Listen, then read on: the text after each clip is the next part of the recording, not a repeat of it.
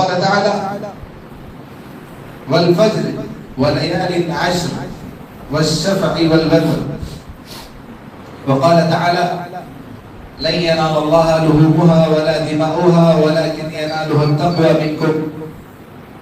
لائق کے ساتھ احترام بزرگان دین، نوجوان ساتھیوں، ہر طرح کی بڑائی، بزرگی، کبریائی، عزت، شان اور اونچا اور اعلیٰ مقام اللہ وحدہ لا شریک کے لیے سزاوار ہے، جو اس پوری کائنات کا تنہا اکیلا خالق بھی ہے، پالنہار بھی ہے، جس نے انسانوں کی رشد و ہدایت کے لیے ہر دور اور ہر زمانے اور ہر مکان کے لیے اپنے برگزیدہ رسولوں کو بھیجا، جن کے ذریعے سے لوگوں کو ہدایت اور رہنمائی کا راستہ آسان بتایا جا سکے، جس سلسلے کی آخری کڑی اللہ کے نبی علیہ الصلوۃ والسلام ہے۔ درود و سلام ہو تمام انبیاء علیہ الصلوۃ والسلام پر، خصوصاً پیارے نبی صلی اللہ علیہ وسلم پر۔ حضرات کرام قدر، اللہ تعالیٰ کا انسانوں پر اس قدر احسان، اس قدر کرم ہے کہ جس کو بیان نہیں کیا جا سکتا۔ ہر انسان اپنی ذاتی زندگی پر غور کرے تو اس کو یہ محسوس ہوگا کہ وہ اللہ کی کن کن نعمتوں میں زندگی گزار رہا ہے، کس طرح کی فراوانی اور کس طرح کی خوشحالی اور کس طرح کی خوشی اللہ تعالیٰ نے ہر اعتبار سے انسانوں کو دی ہے۔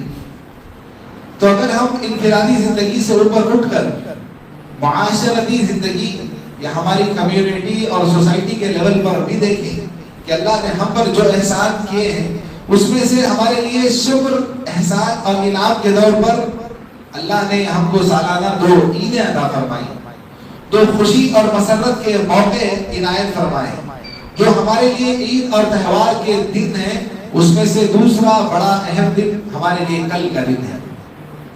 آج کا دن ہمارے لیے 9 ذی الحجہ کا دن ہے، جس دن کے روزہ رکھنے پر اللہ کے نبی علیہ الصلوۃ والسلام نے اس بات کی خوشخبری یا اس بات کی اہمیت اور فضیلت کو بیان کرنے کے لیے کہا یکفر السنۃ الماضیہ والباقیہ، کہ ایک دن کا 9 ذی الحجہ کا روزہ جو بندہ رکھے گا، اس کو اگلے اور پچھلے ایک سال کے گناہ اس کے نامہ اعمال سے مٹا دیے جائیں گے۔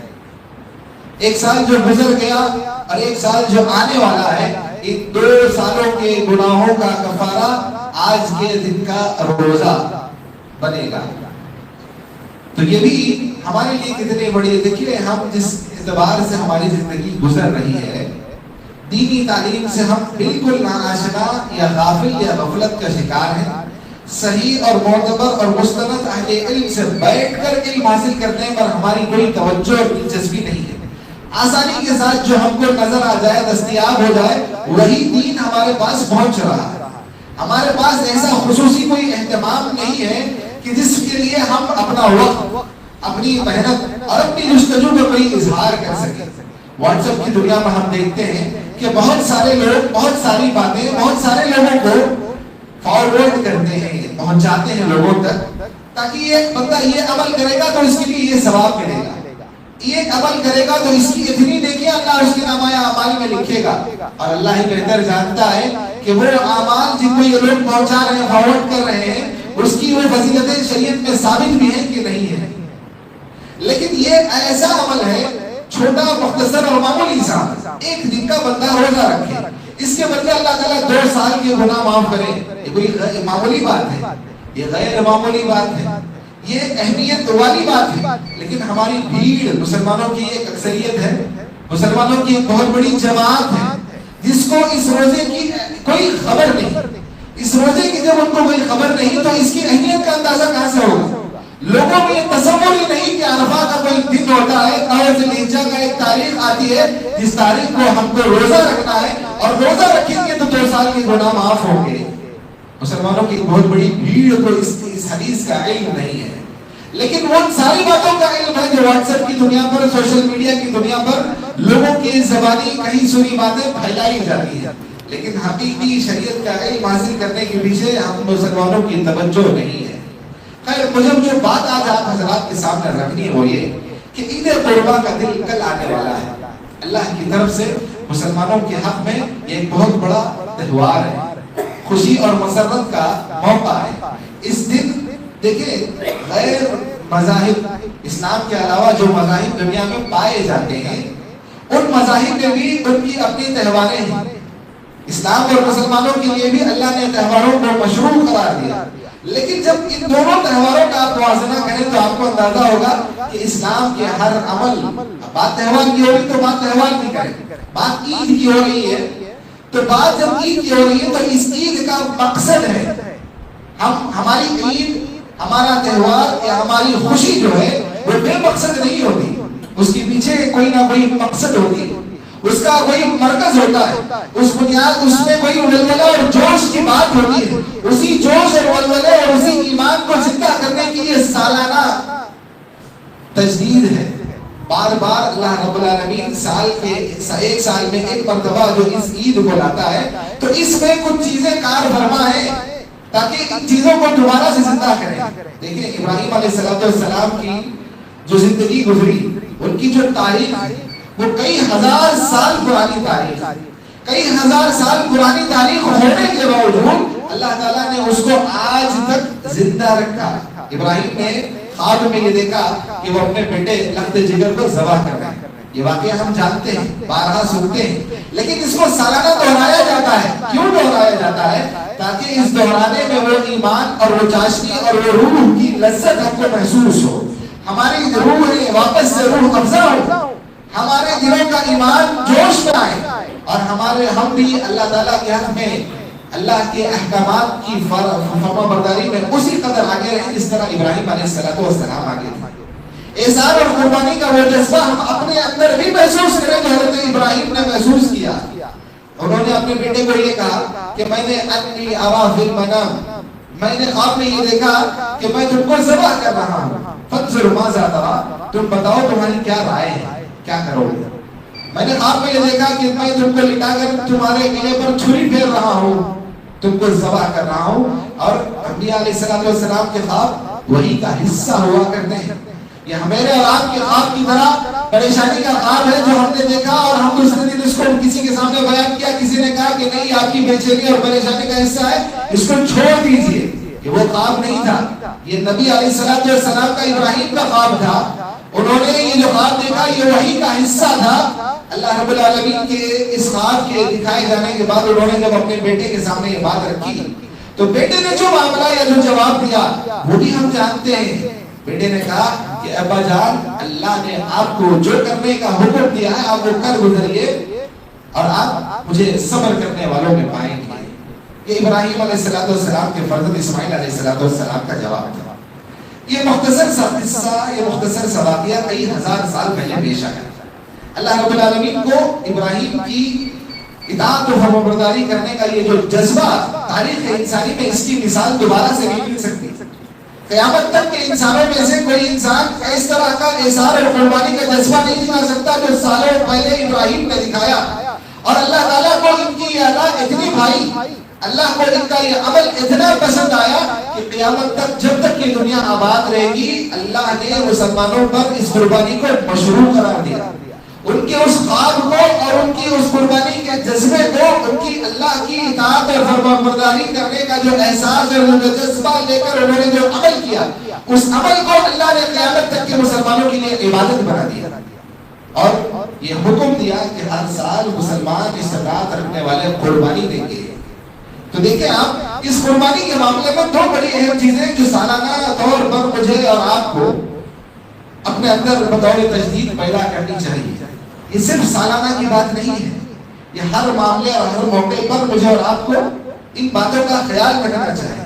لیکن ہم جس اعتبار کی زندگی گزارتے ہیں، جس شہر میں ہم رہتے ہیں، مصروف ترین شہر ہے، یہاں کی مصروفیات انتہائی زیادہ ہیں۔ یہاں لوگوں کو دین پر توجہ دینے، دینی معاملات پر عمل کرنے، دین کے ڈھانچے میں اس بہتر زندگی گزارنے کی لوگوں کی ہمیں جو غفلت نظر آتی ہے، ایسے لوگوں کو چاہیے کہ ان واقعات کو بار بار سنیں، ان انبیاء کے قصوں کو بار بار پڑھیں اپنی نئی نسلوں کو پڑھائیں۔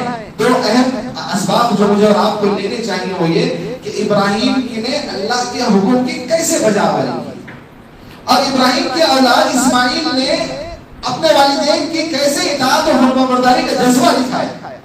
ابراہیم علیہ السلام کوئی فرشتہ نہیں تھے، انسان تھے، ان کے سینے میں بھی دل تھا جو دھڑکتا تھا، اور بڑھاپے کے عالم میں اللہ نے ان کو اولاد دی، بڑی مشکل سے یہ اولاد نصیب ہوئی، اور جب بڑی مشکل سے یہ اولاد نصیب ہوتی ہے تو بڑا باپ اس اولاد کو دیکھ کر بڑے لمبے خواب دیکھتا ہے، اس بچے کے پرورش پانے، پلنے، بڑے ہونے کی بہت سارے آرزو اور تمنائیں لے کر زندگی گزارتا ہے۔ وہ یہ محسوس کرتا ہے کہ یہ میرا بچہ میرے بڑھاپے کی لاٹھی بنے گا، اور اس بڑھاپے کی لاٹھی کو اللہ اس بوڑھے نبی کو یہ حکم دیتا ہے کہ تم اپنے بچے کو ذبح کرو گے اور اپنے ہاتھ سے ذبح کرو گے۔ اور جب یہ معاملہ ہوتا ہے تو ابراہیم اس معاملے کو کرنے کے لیے آگے بڑھتے ہیں، فَفَدَيْنَاهُ بِذِبْحٍ عَظِيمٍ، لیکن اللہ کا کرنا یہ ہوا کہ اللہ نے اسماعیل کے بجائے ایک بڑے رتبے کو ان کے لیے ذبیحہ بنا دیا۔ یہ اللہ کا احسان ہے۔ اسی واقعے اور اسی معاملے میں اللہ نے ان کو جانچ لیا، اور وہیں جب دوسرا جو پیغام مجھے اور آپ کو اس واقعے سے لینا چاہیے کہ ہم نئی نسل کے جو بچے ہیں، ہمارے نوجوان جو لڑکے ہیں، اپنے والدین کی اطاعت و فرمانبرداری کا جذبہ اپنے اندر پیدا کریں۔ باپ نبی ہے، باپ نے اپنے بیٹے سے کہا کہ میں تجھے ذبح کر رہا ہوں، یہ بات میں نے خواب میں دیکھی جو اللہ نے مجھے دکھائی، تو بیٹا تیار ہو گیا۔ اطاعت و فرمانبرداری کا یہ جذبہ، والدین کی اطاعت بہت بڑا مقام اور مرتبہ اپنے اندر رکھتا ہے۔ والدین کے کہیں سنی باتوں کو ماننا، والدین کی نافرمانی نہ کرنا، والدین تمہارے حق میں بہتر ہی چاہیں گے۔ یہ وہی والدین ہیں جو تم کو اپنا خون جگر جلا کر پالتے اور پرورش دیتے ہیں، اور تمہاری تربیت کا والدین کا آج کے موقع پر حال یہ ہے کہ حلال اور حرام کی تمیز بھول کر اولاد کی خوشی کو پوری کرنے کے لیے آگے نکل آتے ہیں، حلال اور حرام کا فرق بھول کر اس اولاد کی خوشی کے لیے جو آگے آتے ہیں۔ ایسے والدین کو توجہ دینی چاہیے کہ اگر آپ چاہتے ہیں کہ آپ کی اولاد اسماعیل جیسی بنے تو آپ کو سب سے پہلے ابراہیم کا نمونہ اپنانا پڑے گا۔ اگر آپ چاہتے ہیں کہ اطاعت و فرمانبرداری کا جو جذبہ اسماعیل نے دکھایا وہ آپ اپنی اولاد کے اندر دیکھنا چاہیں تو ہم اور آپ کو ابراہیم علیہ السلام کا نمونہ اپنانا پڑے گا۔ جب ہم ابراہیم بنیں گے تب ہماری اولاد اسماعیل نظر آئے گی۔ جب ہم اپنے اندر کی کردار کی یہ خوبیاں پیدا نہیں کریں گے تو بچوں سے آپ ایسی توقع یا ایسا ایکسپیکٹیشن کیسے رکھ سکتے ہیں؟ ان کو جب ہم حلال نوالا نہیں کھائیں گے، ان کے نوالے میں حلال اور حرام کی تمیز کرنا بھول جائیں گے تو یہ بچے ہمارے اطاعت اور فرمانبردار کیسے بنیں گے؟ یہ قربانی کے حوالے سے ایک اہم پیغام ہے جو مجھے اور آپ کو لینا چاہیے۔ اب دیکھیں کلید قربان، تو اس حوالے سے بھی کچھ باتیں میں آپ حضرات کے لیے نوٹ کر کے لایا ہوں کہ جو قربانی کا موقع ہے، قربانی کی جو عید ہے، اس عید کے پیچھے اللہ کا مقصد ہے۔ وہ مقصد یہ ہے کہ ہزاروں سال پہلے جو اس کام ابراہیم نے کیا، اس کام کو آج تک اور آج سے لے کر قیامت تک کے لیے اللہ نے عبادت بنا دیا۔ تو اس حوالے پر آپ غور کیجئے، یہ جو درس ہم کو اور آپ کو لینا چاہیے وہ یہ کہ دین کے معاملے میں مجھے اور آپ کو دنیا کے بہتی دنیا کے ساتھ ماڈرن نہیں بننا ہے۔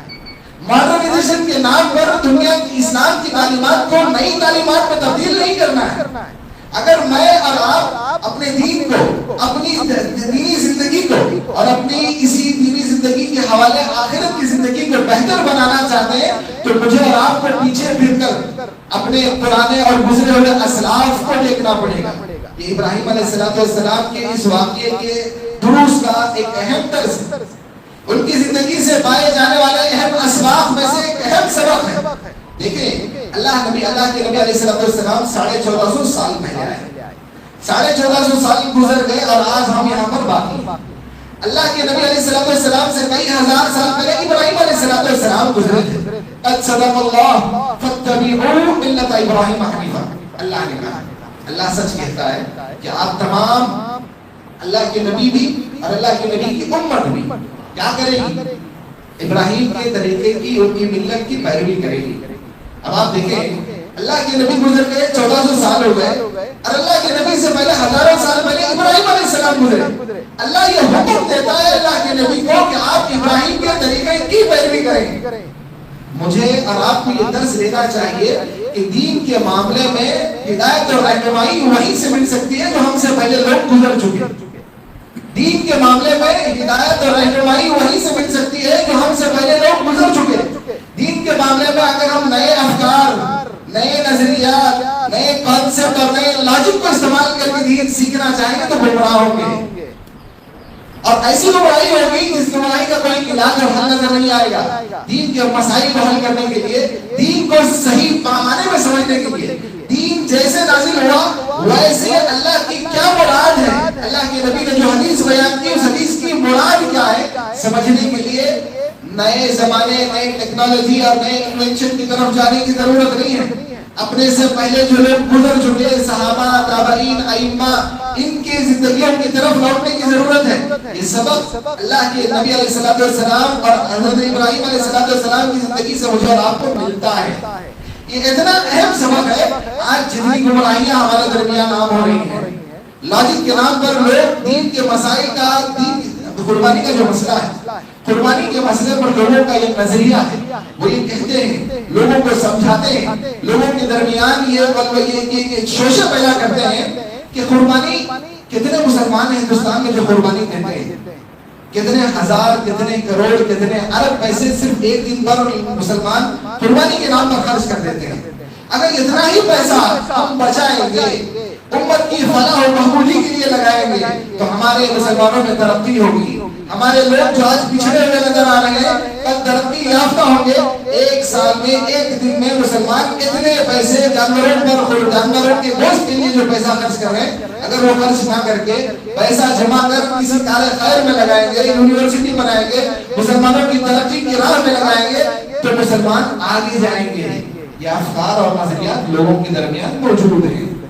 دیکھیے یہ افکار اور نظریات آئے کہاں سے؟ یہ نئی عقل، نئی سوچ اور نئی فکر کے ذریعے سے آپ پر اور مجھ پر اللہ نے مشروع قرار دیا کہ ہم قربانی دیں اور اس قربانی کے ذریعے سے رب کا تقرب حاصل کریں. اب رب کا تقرب حاصل کرنے کے بجائے ہم یہ سوچیں کہ 10,000 کا ایک جانور، 25,000 کا ایک جانور، 1,00,000 کا ایک جانور جو ہم خریدتے ہیں، ان پیسوں کو جمایا جائے. امت مسلمہ جو سارے کے سارے مل کر جانور قربان کر رہے ہیں، ان سارے پیسوں کو اکٹھا کیا جائے اور ان پیسوں سے امت کے فائدے کا کوئی کام کیا جائے تو یہ کتنی بڑی فائدے کی بات ہوگی.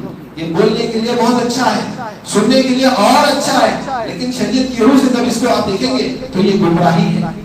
یہ اللہ تعالیٰ کی شعائر اور اللہ نے جو عبادت نازل کی ہے اور اللہ رب العالمین نے ایک چیز کو جو عبادت قرار دیا ہے اس کی جو حرمتی ہے، اس کے حق اور درجے کو گھٹانا ہے. یہ سب چیزیں آپ کو اور مجھ کو کیسے سمجھ میں آئیں گی؟ یہ اس وقت سمجھ میں آئیں گی جب ہم دین کو اس کی اصل اکائیوں پر سمجھیں گے. دین کی جو اصل بنیادیں ہیں، جہاں سے دین کا آغاز ہوا، اللہ کے نبی علیہ السلام نے لوگوں کو اللہ کی طرف سے آئی ہوئی وحی سنائی. اور کن کو سنائی؟ ان صحابہ کرام کو سنائی جو آپ کے دور میں آپ پر ایمان لائے تھے. تو اللہ کے نبی علیہ السلام سے کوئی بہتر استاد نہیں ہو سکتا، اور اللہ کے نبی کے شاگردوں سے، صحابہ اللہ کے نبی کے شاگرد ہیں، ان شاگردوں سے بہتر کوئی اور شاگرد نہیں ہو سکتا. تو دین کی بنیاد یہیں سے نکلتی ہے، دین کا اساس اور دین کی ستون یہیں سے شروع ہوتی ہے. اگر میں اور آپ دین جاننا چاہتے ہیں تو انہی کی طرف مجھے اور آپ کو پلٹنا ہوگا. یہ واقعہ ابراہیم کے دروس میں سے ایک اہم درس ہے.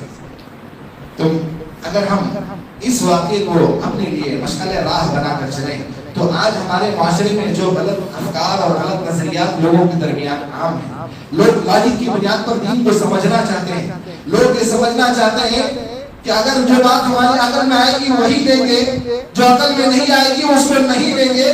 تو یہ گمراہیاں ہمارے درمیان ختم ہوں گی اگر ہم اس بہترین طریقہ اور راستے کے ذریعے سے دین سیکھیں گے جو دین اللہ کے نبی علیہ السلام نے سکھایا. تو دیکھیں کل عید قربان ہے، اس کے کچھ احکام و مسائل ہیں، جانور سے متعلق کچھ باتیں ہیں، بہت ساری باتیں ہیں لیکن بنیادی طور پر کچھ باتیں ہیں. ایک بات یہ کہ یہ جو عید قربان ہے، قربانی کی عید ہے، اللہ نے جس کو استطاعت دی اس کے لیے یہ قربانی دینا بڑی بہترین بات ہے.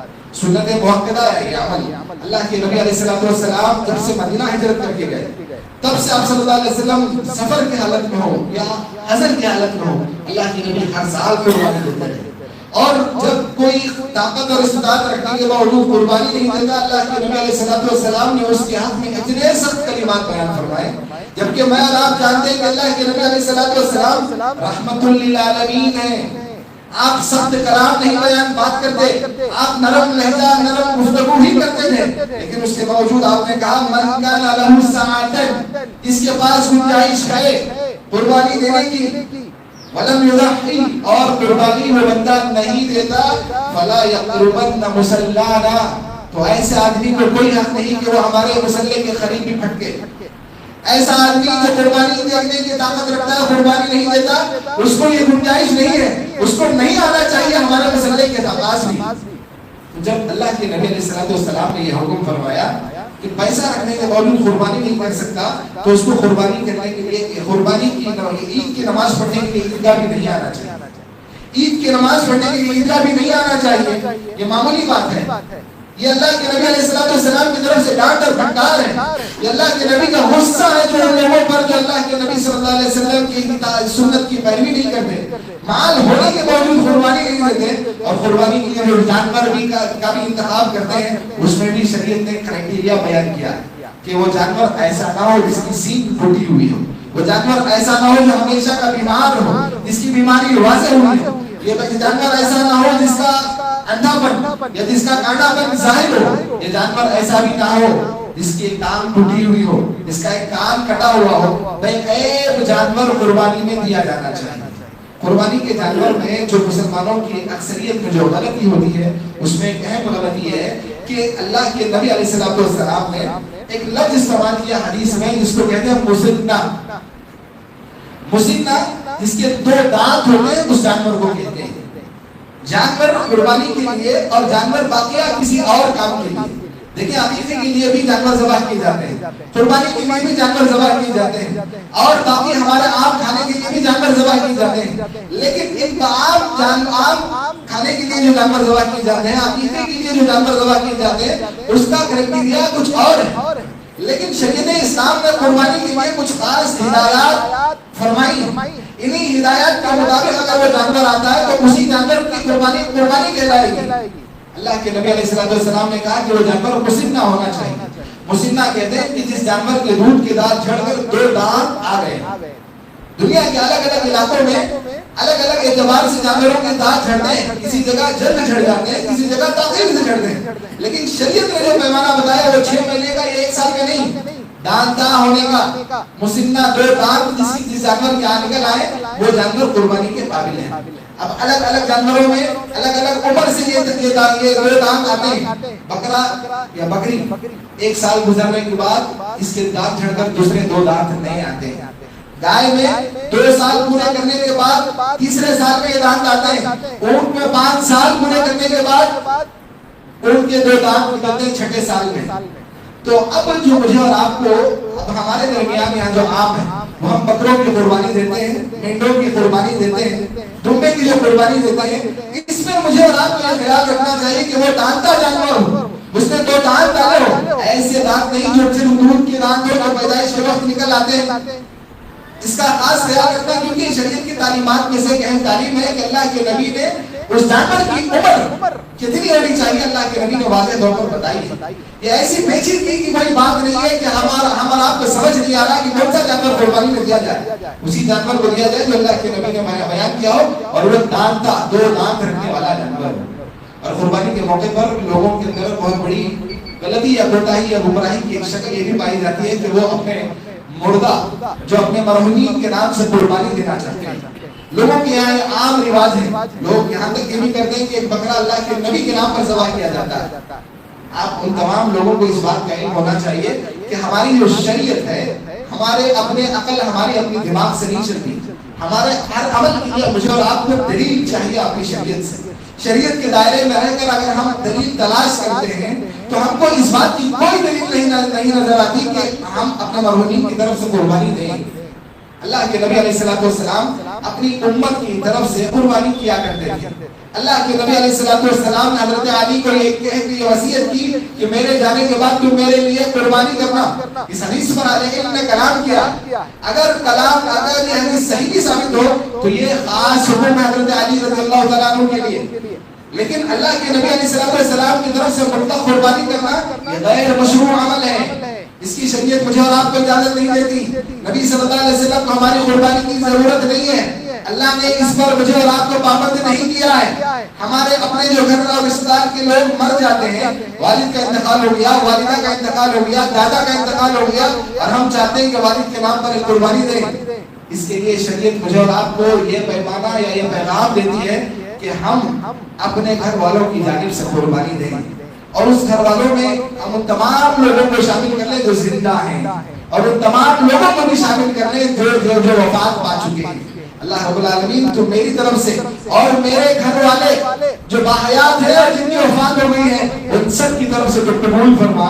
یہ ایک ہی صورت ہے جس صورت پر میت کی طرف سے قربانی دینی جائز ہے. اس کے علاوہ کوئی اور صورت جس کے لیے قربانی میت کی طرف سے دینا جائز ہے اہل علم اس سے منع کرتے ہیں. اور جو جانور اگر ہم کسی بھی صورت پر آگے بڑھ کر یا اٹل ہو کر میت کی طرف سے قربانی دے بھی دیتے ہیں تو ایسے موقع پر اس جانور کا گوشت ان تمام لوگوں کو کھانا منع ہے. اس پورے جانور کا گوشت صدقہ کر دینا چاہیے. لیکن لوگ ابا کے نام کی بھی قربانی کرتے ہیں, دادا کے نام کی بھی قربانی کرتے ہیں, اور خود بھی کھاتے ہیں اور خود ہی رکھتے ہیں اور لوگوں کو بھی کچھ دیتے ہیں. تو یہ جو نظریہ ہے یہ جو لوگوں کے درمیان عمل ہے یہ غلط اور غیر شرعی عمل ہے. سب سے بہتر یہ ہے کہ اپنے مرحومین کو اپنی قربانی میں شامل کرنے کی بات کہہ کر اللہ تعالیٰ سے اس قبولیت کی دعا کے ساتھ قربانی کی جانی چاہیے. بہت ساری باتیں قربانی کے احکام و مسائل سے متعلق ہیں, لیکن صحیح باتیں سیکھ کر اس پر عمل کرتے ہوئے مجھے اور آپ کو ان پر عمل کرنے کی اللہ توفیق عطا فرمائے. ہم میں سے جو پریشان ہیں اللہ تعالیٰ ہماری پریشانی کو دور فرمائے. جو بیمار ہیں اللہ تعالیٰ ہم سب کو شفا یابی کے راستے آسان فرمائے. جن کا انتقال ہو گیا ہے اللہ تعالیٰ ان تمام کی مغفرت عطا فرمائے. اللہ فلسطین کے مظلوم مسلمانوں کی مدد فرمائے. یہودیوں کے ظلم کو اللہ تعالیٰ ختم فرمائے. ان کو اللہ ان کے درمیان اللہ تعالیٰ اختلاف ڈال دے.